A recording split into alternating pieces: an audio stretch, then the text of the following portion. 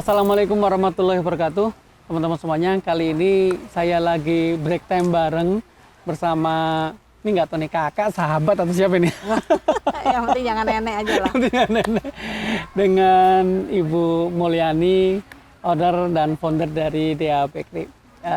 Ini tempat spesial ya, karena saya diajak sama beliau ke tempat ini. Ini tempat yang mungkin nggak banyak orang tahu Bu ya, bahwa ini adalah tempat yang sangat penuh dengan histori gitu ya.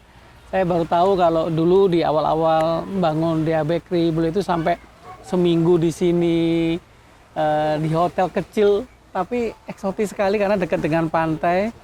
Dan ini adalah salah satu tempat pasir putih di Kabupaten Situbondo. Nah, nanti kita akan ngobrol-ngobrol sama Bu Mulyani.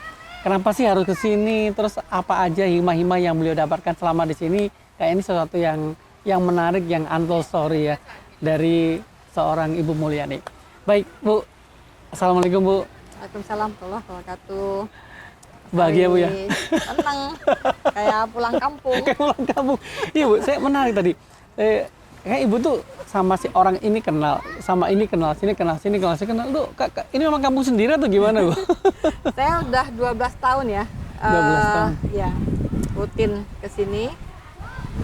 Awalnya dulu cari lokasi buat gathering karyawan. Terus ngerasain apa ya, vibes-nya enak gitu. Dulu saya nggak senang laut, panas rasanya gitu. Panas. Iya.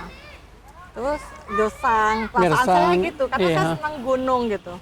Tapi begitu 2013 pertama saya kesini, kemudian kita ngadain gathering, terus bisa naik kapal layar bersama-sama puluhan kapal sekaligus, main di pasir, berenang. Tapi kadang kayak orang meeting di tengah laut gitu sambil berenang-berenang di apa? Karena ini pantainya aman, ombaknya sangat sedikit, terus landai. Jadi sampai ke tengah sana kali masih bisa ngejejak pasir gitu. Itu buat saya sih jadi satu pengalaman yang luar biasa. Lalu mengenali juga para pedagang di sini yang jualan ikan asin, yang jualan makanan dan sebagainya. Nelayan mungkin. Iya, nelayan. Nelayan. Saya jadi kayak punya saudara-saudara baru gitu di sini, dan kita sering cerita-cerita, dengerin curhatan mereka dan sebagainya. Ya saya healing sih. Healing. Senang banget di sini. Oke Bu, sebentar Bu. Ini Bu Mulyani kan masalah mimpin perusahaan ini kan, ini pasti banyak masalah gitu ya. Masalah ini, masalah itu, masalah itu. Tapi kok ngapain Bu? Ini kayak kurang kerjaan aja gak Bu? Malah ketemu sama, kalau nggak salah kemudian ada pelatih snorkeling dengan nelayan, dengan penjual ikan asin, dengan penjual kantin, gorengan, warung-warung sekitar. Ini kurang kerjaan atau gimana tuh Bu? Kadang-kadang saya merasa di pekerjaan saya itu kayak rat race gitu, yang lari terus, tapi nggak sadar sekitar. Lari terus nggak sadar sekitar. Iya. Di sini saya bisa paham gitu. Banyak bagian-bagian atau orang-orang, cerita-cerita orang-orang di sini yang itu juga jadi membuat saya merasa bahwa dunia saya sempit banget gitu. Yang di pekerjaan. Ya saya perlu lebih mengenal banyak orang, dan mungkin saya bisa manfaat gitu untuk orang-orang di sini atau di tempat-tempat yang lainnya. Iya. Jadi membuat saya makin punya tujuan gitu. Semakin punya tujuan. Ya, gimana saya dengan pekerjaan saya itu bisa juga menebar manfaat buat banyak orang. Iya.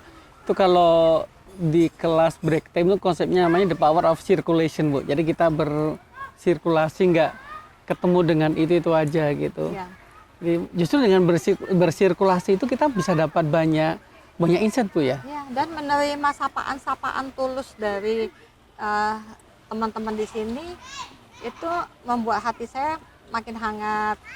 Pulang dapat energi gitu. Iya. Jadi itu yang bikin saya ya kangen gitu untuk kesini. Kadang saya sampai seminggu Wah itu.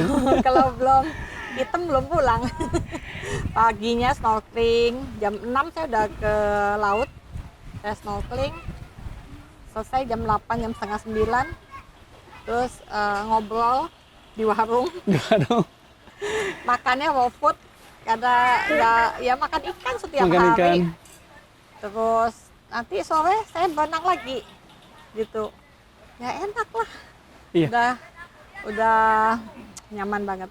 Iya Bu, jadi gini Bu, ternyata saya juga baru sadar ya bahwa bertemu dengan orang-orang yang tulus itu sebuah nikmat yang luar biasa yang nggak banyak orang itu paham bahwa bertemu dengan orang baik dengan tadi ya dengan senyuman-senyuman yang tulus yang senyum-senyumannya nggak ada kepentingan gitu ya. Betul, Kan mereka nggak ada kepentingan dengan Bu Mulyani gitu ya. Nggak ada. Saya jadi teringat Bu salah satu orang yang saya kagumi ya. Salah satu guru saya lah. Belum pernah ketemu tapi saya banyak lihat video dan juga penggemar bukunya yaitu Elizabeth Gilbert. Beliau novelis Eat Pray Love ya. Yang menarik adalah beliau itu ketika di masa yang sulit itu beliau datang ke Lombok Bu.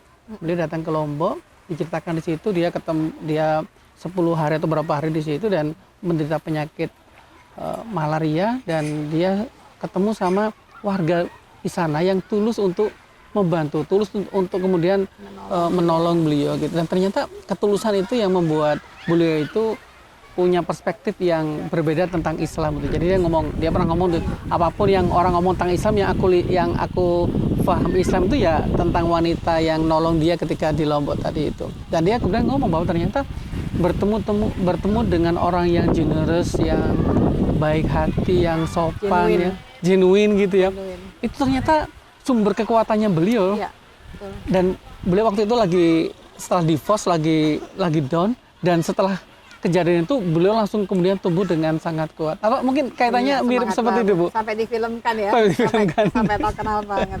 Iya. Iya. Ya begitu. Jadi ada sisi-sisi kita tuh yang rindu gitu dengan keaslian. Keautentikan gitu ya. Autentik, Autentik. iya, betul. Itu kita kangen. Banyak orang yang ketemu sama kita itu yang nggak autentik mungkin Bu ya. Karena begitu banyak kepentingan gitu. Betul. Atau bahkan kita yang punya kepentingan sama orang. Iya betul juga. Ya kan? Jadi transaksional terus gitu hubungannya. Kan bisa aja kayak gitu. Kalau di sini enggak.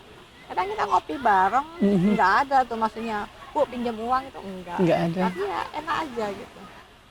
Dari sekian banyak cerita Bu, ada beberapa nggak Bu cerita yang menarik yang pernah Ibu alami dengan warga di sini gitu? Ya, saya kalau snorkeling itu kan ada instruktur. Iya. Itu namanya Pak Se. Pak Se itu sangat baik, melayani banget. Sampai kalau saya pakai sepatu dia pakein sepatunya di bawah air. Waduh. Saya kayak ratu aja di sini ya kan. Tapi emang itu dia baik banget dan ya pada Allah belum meninggal dan sekarang putranya yang neruskan tadi. Mas Bay tadi jadi instruktur snorkeling kita tadi turun rame-rame. Ya gitu. Terus cerita yang sedih itu juga seperti ini ada orang penting lewat Bu.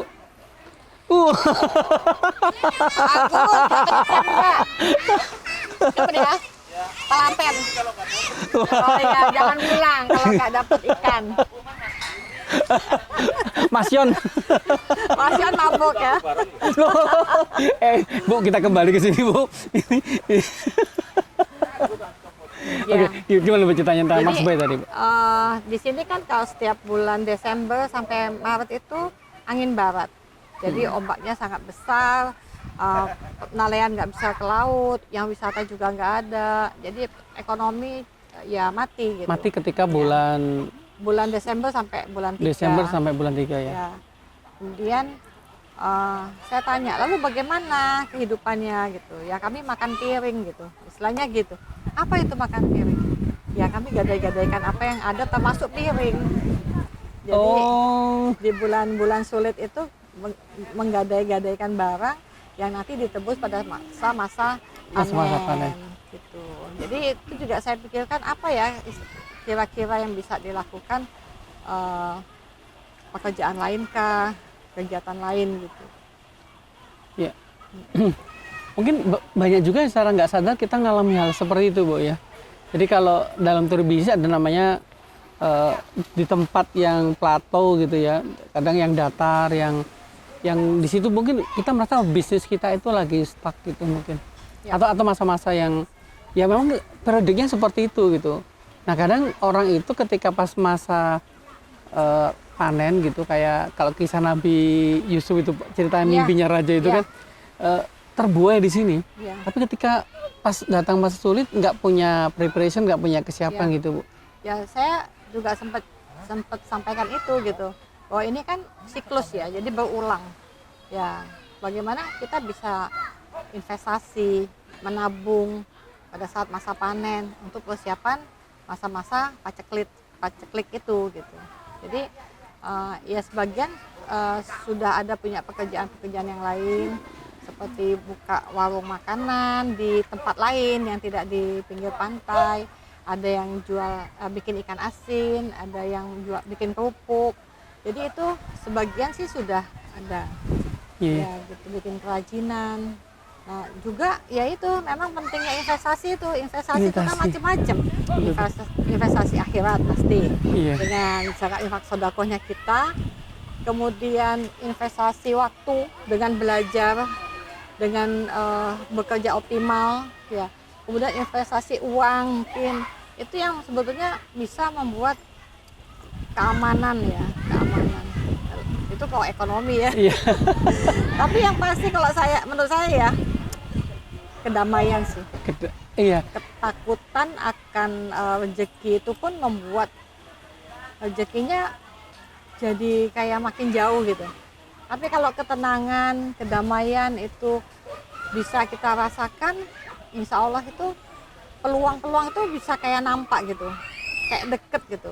Entah ada orang yang datang, yang jadi partner atau apa gitu. Menurut saya sih gitu. Ya emang ketenangan, kedamaian itu bisa datangin magic sih, Bu. Nah itu, nah termasuk saya di sini juga kan, saya takut air. Iya. Aneh kan? Saya suka snorkeling kemana-mana, sampai Raja Ampat, sampai mana. Tapi aslinya saya sangat takut laut. Saya takut air, saya takut kedalaman. Tapi justru ketika saya melakukan itu, saya betul-betul bisa bersandar gitu. Jadi bertasbih sambil melihat keindahan, takjub. Ya saya bertasbih gitu. Dan berlindung atas ketakutan saya tadi gitu. Jadi kayak dipaksa berzikir gitu, Bu ya. Iya, iya. Kan dipaksa berzikir itu kan lain rasanya kan. Jadi Iya. memang betul-betul ya sepanjang saya snorkeling itu saya selalu berzikir. Dan itu bikin saya tenang. Tenang. Rasa air di sini juga bikin saya kayak enak aja. Karena kan nggak dingin terlalu, ombaknya nggak besar. Nah itu saya dapetin rasa aman, dibantu orang-orang sekitar yang membantu gitu. Membantu ya. Iya, saya juga mungkin punya pengalaman pribadi, Bu ya. Dulu hampir ya belasan tahun berbisnis dulu itu kayak apa ya, kayak hanya melihat dari sisi cuan gitu ya.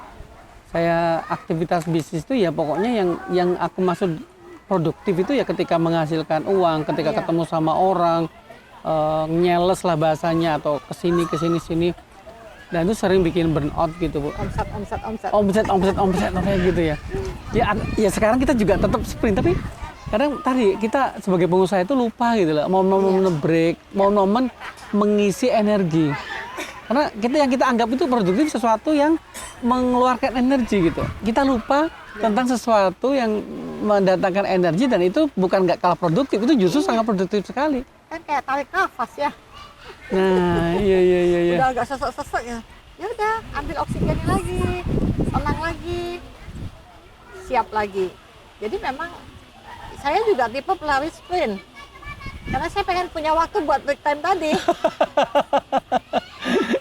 Iya, Bu, kita aliran sprint, Bu. Iya. Saya bukan tipe orang yang terus tanpa jeda gitu. Nggak bisa. Ya nggak mampu gitu. Iya.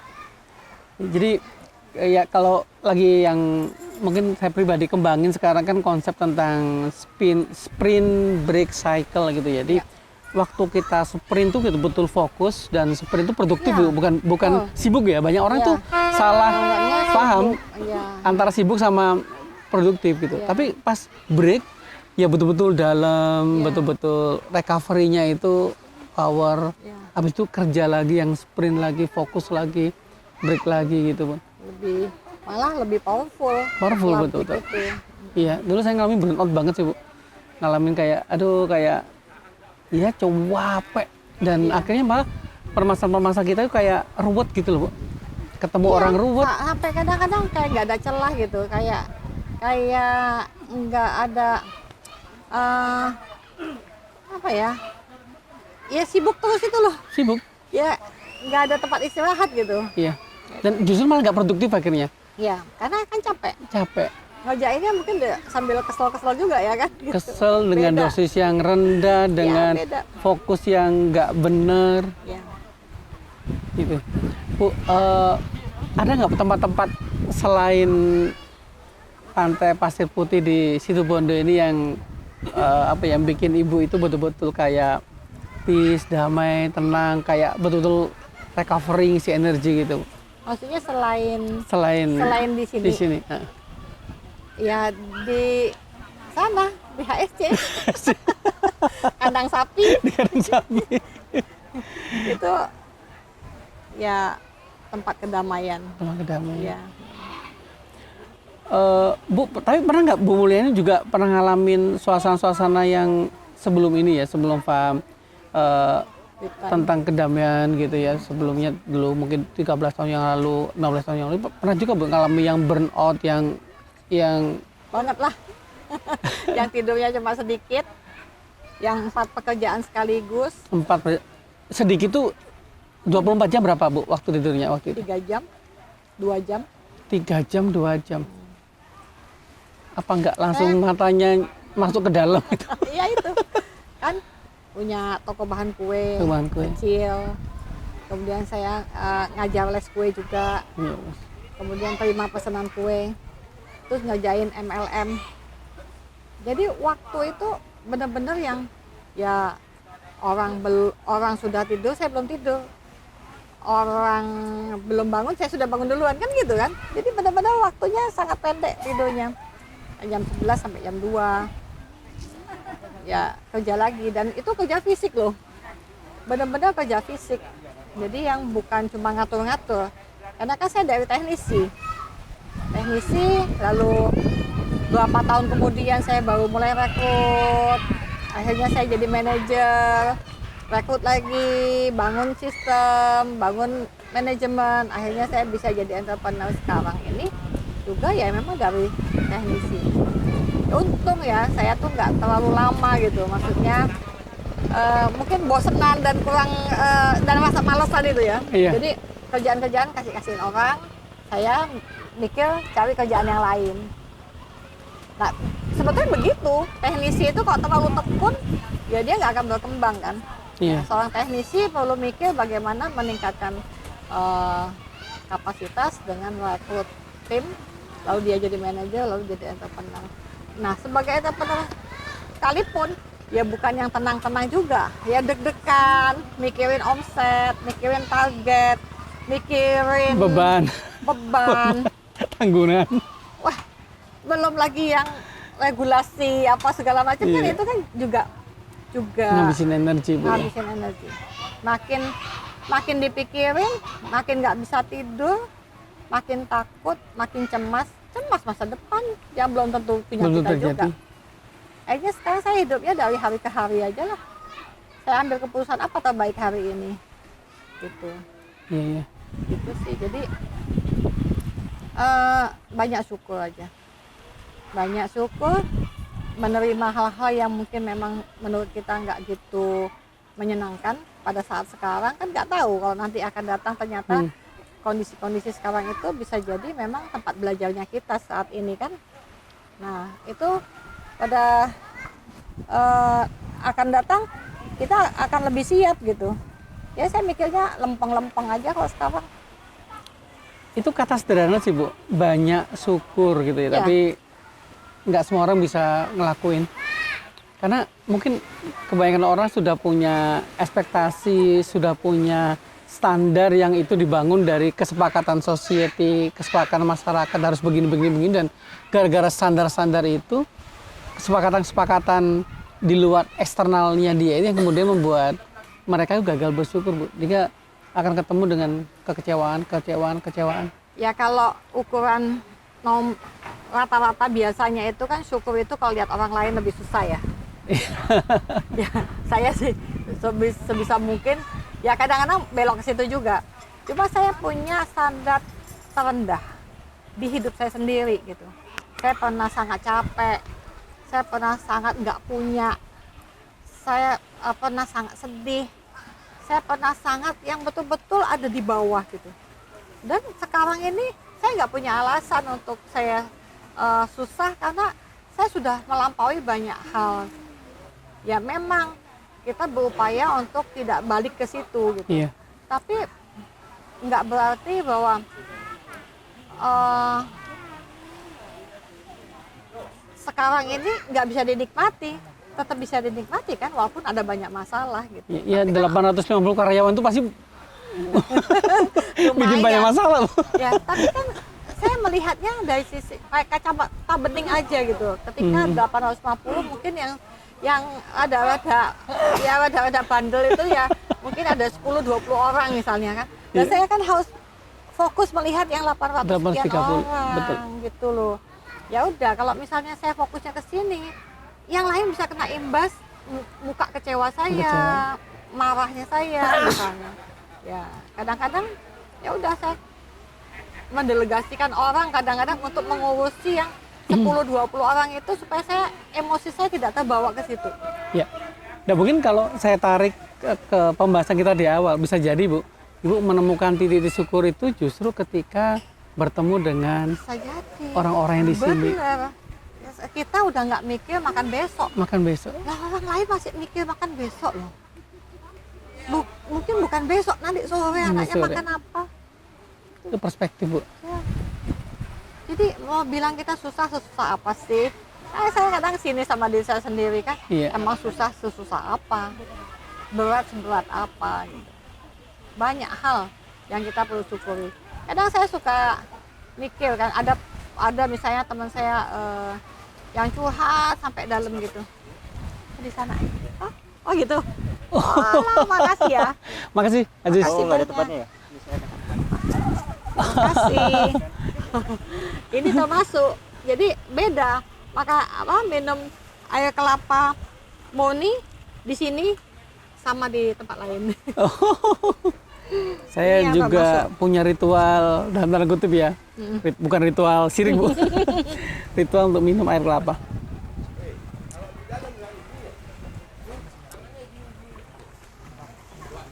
Alhamdulillah. Ya, ini apa? Mineral, Bu. Ya. Air kelapa itu kita dapat kalium, mineral, dan itu sangat baik sekali untuk vibrasi tubuh kita, untuk energi kita. Kembali ke syukur tadi, Bu. Saya menarik karena saya pernah mendapatkan penjelasan dari guru saya ya, bahwa sebenarnya syukur itu tingkatan yang paling tinggi. Syukur tingkatan yang paling tinggi, dan apa yang membuat Nabi itu sampai mau terus sholat malam, bersujud dan sebagainya, ya karena beliau ingin menjadi yang hamba yang abdu syakur, menjadi hamba yang bersyukur. Bahkan syukur ini para ulama menurut guru saya itu menempatkan bahwa syukur di atas sabar. Karena ketika orang dapat musibah terus kemudian dia bersabar, itu sebuah keniscayaan gitu. Tapi justru ketika dia itu bersyukur dengan musibah yang dia dapati, itu tanda orang sudah menemukan meaning. Jadi sabar itu masih, kalau bahasanya masih perspektif, tapi kalau udah syukur itu meaning, Bu. Dan banyak orang yang gagal bersyukur, Bu. Banyak orang yang gagal bersyukur. Dan Ya, karena kan ngelihatnya ke atas aja ya mungkin. atas ya. saja. Makanya pernah temen saya tuh curhat yang gimana gitu. Terus saya bilang, tukeran yuk, tukar posisi gitu. saya dengan masalah saya kan, oh enggak, makasih, dia bilang. Berarti kamu lebih oke dong, saya bilang gitu. Iya, saya lebih oke. Kan kadang-kadang terpaksa harus pakai gitu kan, untuk menyadari bahwa hidup kita tuh masih jauh lebih baik daripada orang lain. Iya. Iya. Dan titik syukur itu orang bisa ketemu meaning tentang kesyukuran tuh Bu. Itu wah, itu orang bakal langsung bahagia hidupnya. Dan kadang dengan permasalahan yang sama, ada orang yang menderita, ada orang yang bahagia hanya gara-gara dia bisa yang satu bisa bersyukur, yang satu nggak bisa bersyukur. Ya kalau orang udah pernah kena COVID dan sesek, nah pada saat napas sekarang lah dia bisa bersyukur. Iya. Tapi kan masa orang harus. Saya dulu masuk ventilasi tapi sekarang lupa juga. Gitu ya. Iya. Ya saya sering kali menganchor diri saya juga, bukan hanya di hal positif yang membahagiakan, tapi kadang-kadang saya juga perlu punya anchor negatif tuh, maksudnya yang supaya saya punya bedanya gitu. Ada bedanya. Ketika saya misalnya udah mulai kayak kok susah ya gitu, kok bingung ya, kok cemas ya gitu, saya cepat ambil perasaan saya pada saat saya kepepet itu. Iya. Jadi saya langsung bisa napas lagi dong. Bayangin kalau zaman dulu waktu COVID misalnya sesek, nggak bisa napas, tersedia oksigen pun nggak yang membantu banget kan. Nah sekarang sehat, bebas, apa yang harus dicemaskan? Iya. Jadi mungkin kalau saya tarik korelasinya Bu ya, tadi ya kita bicara tentang Ibu melakukan namanya circulation ya, Ibu bersirkulasi, Ibu ketemu dengan orang-orang baru, Ibu mendapatkan cerita-cerita baru dari nelayan, dari tukang ikan asin ya, pengrajin ikan asin macam-macam. Dan berarti sebenarnya di titik-titik itu kita puncaknya itu ketika hadir rasa syukur tadi Bu ya. Itu yang bikin kita damai. Ya memang orang nggak akan bisa damai kalau belum bersyukur. Iya, nggak akan ada dapat damai, nggak akan dapat tenang gitu. Iya. Jadi ya syukur itu. Ya. Makanya ada jurnal syukur yang bisa kita latih setiap hari kan. Setiap hari ya. Ibu ngelakuin tuh Bu? Nggak sering sih. Nggak sering, Karena ya? saya otomatis aja udah. Karena saya udah punya anchor negatif, juga punya anchor positif itu Iya. tadi. Kan jurnalis sebenarnya memindahkan kita ke otak human brain kita ya, Ya, neokortex kita, supaya syukur tadi itu jadi sebuah kesadaran gitu loh. Ya. Bukan sekedar kayak kita hipnotis untuk jadi syukur, enggak, tapi betul-betul tahu, oh, Tapi disadari gitu. disadari. Disadari. Saya kira. Dulu saya rajin tiap pagi apa aja ditulis. Iya. Ya. Ya, saya belajar tentang journaling. Jadi sebenarnya kalau kita menulis 3 hal yang kita syukuri hari ini, itu bisa menutup 300 hal yang kekecewaan kita hari ini juga, Bu. Kalau kita bisa betul-betul menemukan titik syukur itu. Jadi di rumah saya tuh ada titik-titik yang saya titipin gitu. Misalnya saya lihat vertical garden di rumah, hijau, itu saya udah senang. Lihat cucu, senang. Lihat ini senang. Ya kan? Punya buku banyak, senang. Lihat omset Bu. Senang. Sampai bantal kecil itu saya bawa-bawa itu. Senang. Ketemu air kelapa. Senang ketemu pantai. Iya. Senang. Jadi kayak banyak banget gitu. Ketemu Ini orang asing, gini, senang. Hausnya panas lah, ada pohonan kayak gini, senang. Ya kan? Saya lihat anak muda yang rajin-rajin, yang sikapnya positif, itu udah bahagia. Udah bahagia. Aduh, titik bahagia itu banyak banget. Cuma ketika kita hanya fokus dengan apa yang kita inginkan dan belum kita miliki, itu ya kita nggak bahagia. Itu yang kayak bahagia Bu. Betul-betul. Apalagi desire ya. Penuh hasrat.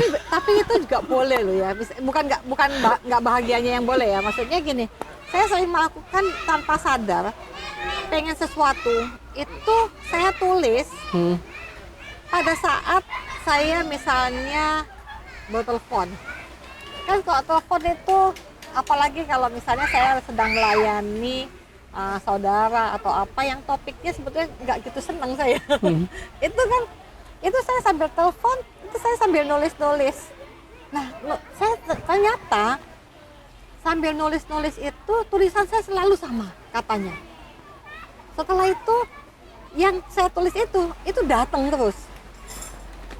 Saya baru sadar itu setelah tahu-tahu kok saya punya ini ya gitu. Saya jadi itu jadi doa tanpa sadar, Bu. Maksudnya Kayak iya, tanpa kayak sadar jadi bawah doa sadarnya gitu. yang manggil gitu. Iya. Kan Mas Pakung ya. Padahal itu bukan yang sangat gimana gitu. Iya. Enggak juga. Ternyata ya saya suka nulis rumah. Rumah saya tulisnya dibagus-bagusin. Nanti gaya tulis yang berbeda. Ya kan nanti tulis pakai huruf. Jadi banyak macam-macam tulisan tapi rumah juga. Jadi ada orang yang jual rumah tuh sampai maksa gitu. Ya itu akhirnya beli. Ya udah beli gitu. Itu termasuk. Jadi bawah sadar itu atau rasa bukan kemerungsung kan jadinya Kemerungsung, kan? bukan. Bukan kemerungsung. Kalau desire itu kemerungsung, Bu. Kemerungsung, Kemerungsung. stres. Iya. Dan kalau sebelum tercapai itu kecewa. Nah, ini kan enggak. Ini kan damai. Damai aja. Damai. Karena malah saya aneh-aneh juga gitu kan. Padahal dulu ya saya kan kontraktor ya. Kontrak sana, kontrak Kalau sini ini. ya kan. Saya bilang, selama ada orang kontrakin hidup saya aman kok. Ya saya tinggal kontrak aja kan selesai. Iya, Nggak harus saya punya rumah. betul. Jadi pikiran saya kayak gitu. Tapi ketika Allah kasih, ya saya terima gitu. Tapi yang saya sadari ada yang saya lakukan tuh kayak gitu. Saya nulis nggak sadar. Bukan yang saya pengen banget gimana gitu. Enggak, betul. Nggak tahu saya kapan mulainya itu saya nulis. Itu bedanya hopeful sama desire, Bu. Mungkin ya tentunya sebagai orang kan ya masa sih sama sekali nggak mau punya gitu. Oh Tapi iya, saya enggak. nggak yang harus kapan, harus gimana gitu. Iya. Enggak, waktu itu. Stage kedamaian itu yang menjadi parameternya sih, Bu. Iya. Ketika kita pingin terus kemudian nggak damai, Iya. itu jadi masalah. Nah, kita pengen hal yang besar, Masakan. masakan gitu. Ya, kita memperjuangkan boleh, tapi dengan damai. Iya. Betul. Baik, Bu. Terima kasih banyak Terima kasih banyak Mas Aris. obrolan Jadi, yang nggak nanti jelas. Kita lagi ya. Kita kasih lagi, Bu. Mancing, snorkeling, Snorkeling. sama apa lagi Mas biasanya? Pin and go, Bu. Kita Pin and tinggal go. nandai mana kita go pergi kemana. Iya, iya. Mudah-mudahan jadi sebuah ya perjalanan yang menyenangkan. Kita banyak ketemu hal-hal yang bahagia yang kemudian membuat kita bersyukur dalam hidup, dan ternyata dengan rasa, kalau konsep dalam Islam kan kalau kita bersyukur Allah akan tambah nikmatnya, dan salah satu bentuk nikmat itu adalah energi tadi. Ketika kita bersyukur, energi kita itu akan ditambah sama Iya. Allah, power kita akan ditambah sama Allah. Baik teman-teman, thank you, makasih udah nyimak obrolan. Jelas nggak jelas? Nggak jelas. Nggak jelas, Nggak jelas sama sekali. Ini saking penasaran aja kenapa saya bolak-balik ke sini ya kan. Ondel-mandil terus. Kita tunggu di sesi break time yang lain bersama dengan narasumber yang lain. Assalamualaikum warahmatullahi wabarakatuh.